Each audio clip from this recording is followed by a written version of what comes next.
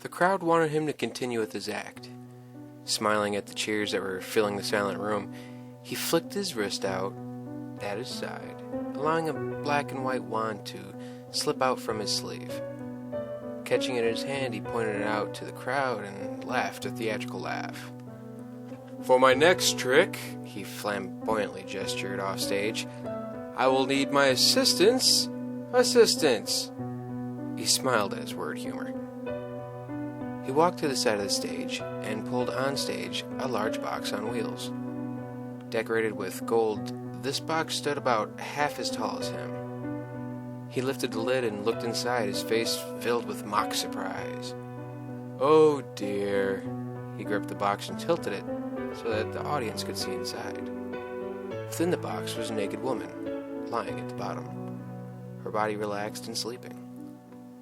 Gravity pulled a swatch of brown hair away from her face to reveal a large bruise across her forehead. "It appears as though my assistant has decided to take a nap within this box." He tilted the box back upright.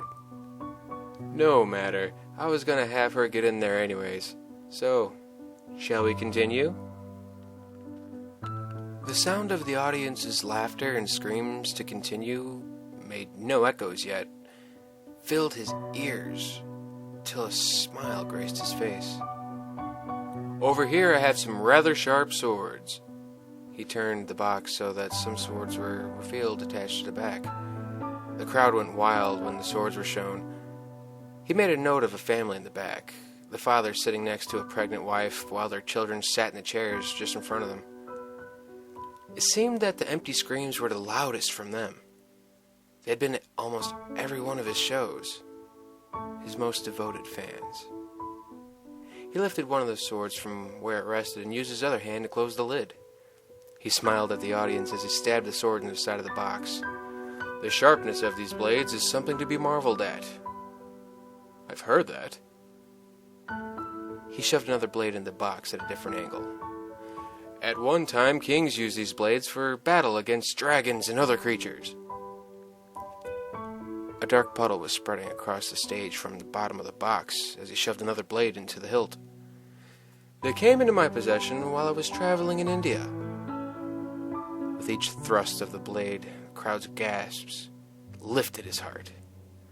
The final blade met its target straight down. "Well, it seems that we taught my assistant a lesson. Thank you all for being here on this momentous occasion." His eyes flowed over the unmoving crowd and then back to the box. This one would make a nice member of the audience. He would probably use her to replace one of the children whose smell was becoming unbearable. After all, one does need an audience.